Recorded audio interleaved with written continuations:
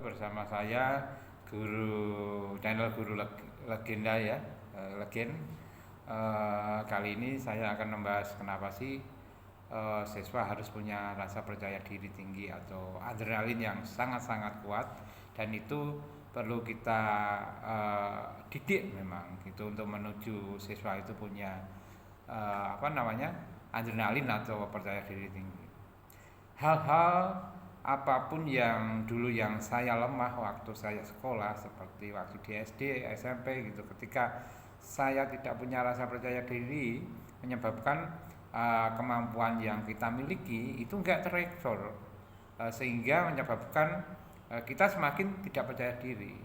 Untuk itu, ketika saya jadi guru, saya ingin siswa-siswa saya pastinya punya rasa percaya diri yang tinggi. Satu hal yang harus dimiliki guru adalah guru harus sangat-sangat menguasai kelas. Itu pertama. Kedua, setelah itu gimana akan mengarahkan siswa mempunyai karakter yang baik pastinya. Gimana kapan waktu kita guru ngobrol itu dia harus menghargai kita di depan.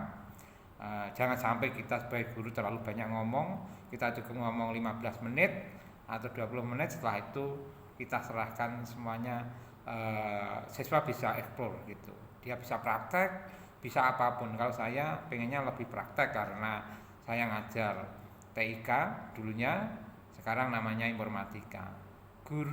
Saya sebagai guru harus mengajak siswa untuk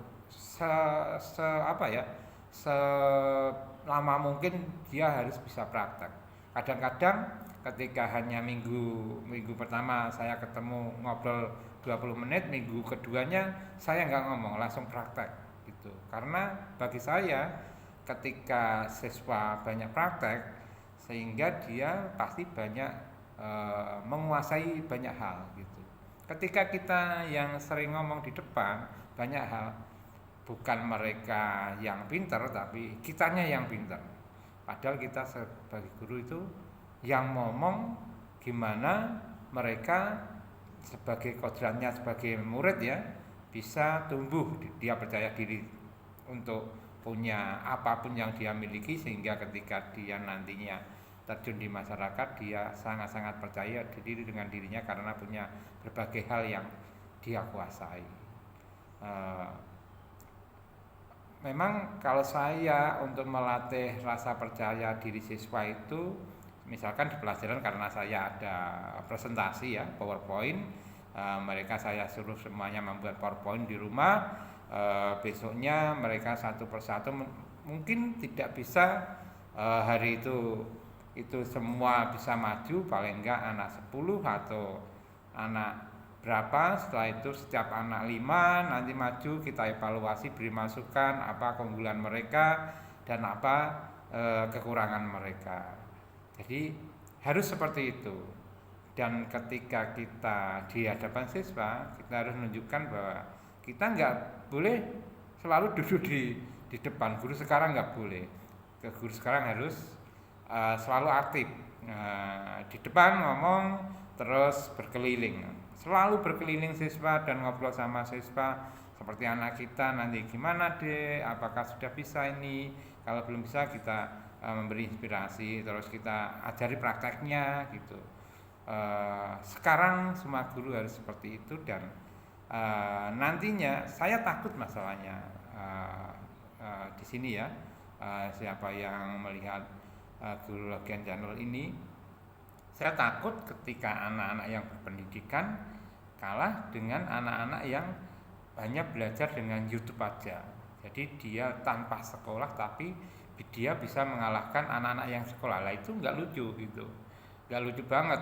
Jadi anak-anak yang tidak sekolah, yang di desa malah bisa menghasilkan uang yang banyak dari digitalisasi ini, dari internet, bla bla bla. Tapi anak-anak yang kita didik di sekolah yang membayar atau bahkan dari pemerintah gratis, ya malah mereka tidak bisa bersaing sama anak-anak yang tanpa pendidikan di sekolah. Dia hanya belajar otodidak dari YouTube gitu. Itu yang nggak lucu nantinya. Itu yang sudah saya khawatirkan. Karena saat ini sudah mulai kelihatan bahwa mereka-mereka yang serius untuk belajar dengan YouTube ternyata mereka yang mendapatkan finansial gitu. Itu. Jadi gimana sih kita melatih anak-anak itu bisa hebat untuk percaya diri tinggi, di samping dia maju seperti presentasi, dia juga kita latih untuk mendaftarkan ketika dia futsal atau basket atau musik, dia yang mendaftarkan diri sendiri ke tempat gimana dia lomba. Jangan kita, karena nanti dia tidak pengalaman.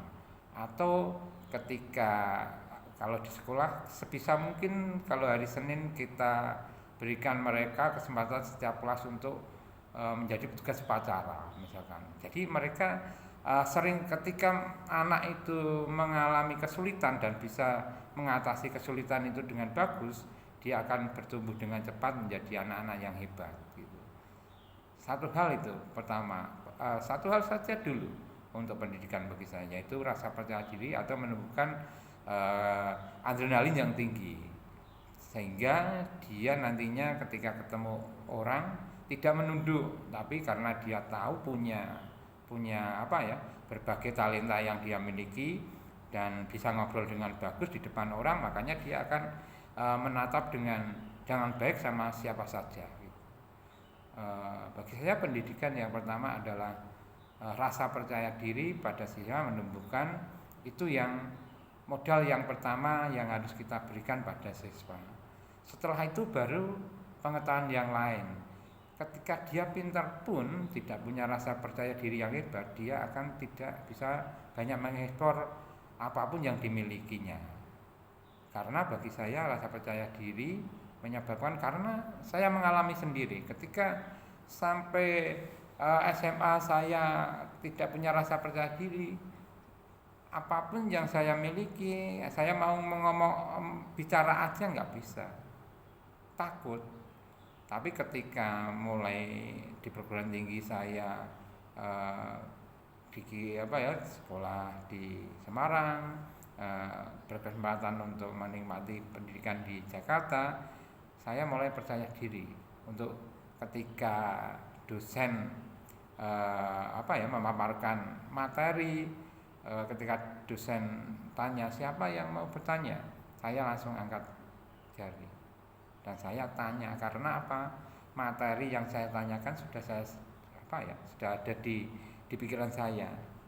Dan itu sesuatu yang saya pengen, sesuatu yang belum saya ketahui tentang materi dosen itu. Itu bagi saya anak-anak dan teman-teman saya bahwa ketika anak punya rasa percaya diri yang hebat, dia pasti menuju ke hal yang hebat. Baru setelah itu lainnya. Dan ketika anak sudah mulai rasa percaya diri yang hebat, baru kita beri pengetahuan. Setelah pengetahuan, bagi saya ada kreativitas. Karena kreativitas, apalagi saya programmer ya, jadi logika itu pasti yang pertama kali untuk kita bisa ngobrol sama komputer. Ketika saya selalu kreatif, hari ini saya kesulitan menemukan prosedur pemrograman, mungkin besok pagi saya ketika bangun masih di tempat tidur, saya sudah menemukan logika yang baru. Jadi bagi saya pemrograman itu isinya jika. Jadinya isinya sebenarnya software itu jika ini maka ini, jika ini ya itu. Ketika kita mendapatkan konsep yang baru, maka program yang kita jalankan semakin cepat gitu. Dan semakin cepat, saya yakin 2025 nanti ada sesuatu yang lebih hebat lagi, lebih hebat terus karena software mulai ditemukan gitu. Jadinya dan saya yakin dunia akan semakin bagus dan tertangani dengan digitalis semakin bagus, dan informasi begitu cepatnya. Dan kedepannya saya yakin kertas mulai ditinggalkan pasti. Saya pun untuk saat ini 2022 eh, pembelajaran saya mulai tidak pakai kertas, tapi anak saya suruh laporan dengan dia membuat channel YouTube atau TikTok atau Instagram. Jadi saya cuma, dia punya hashtag gitu, jadi dia melaporkan tugasnya dengan hanya hashtag aja, saya sudah menemukan tugas-tugas mereka. Itu teman-teman dan anak-anak, gimana hal pertama harus yang Anda miliki semua adalah sebagai siswa adalah rasa percaya diri yang tinggi, dan kamu akan ikut berbagai kegiatan kesana kemari. Itu yang digunakan nanti di hidup kamu, bukannya nanti nilai matematika harus 10, kimia harus 10, tidak, tapi proses yang bagi saya pribadi sebagai guru, proses yang menyebabkan anak itu menjadi hebat dan dia bisa nantinya mengatasi berbagai hal di hidupnya. Itu dulu, saya ulangi lagi bahwa rasa percaya diri harus tumbuh pada siswa, karena rasa percaya diri membuat anak menjadi mudah untuk melihatkan kemampuannya. Sampai bertemu dengan Guru Legend pada video yang berikutnya. Salam sehat dan salam sukses dari saya.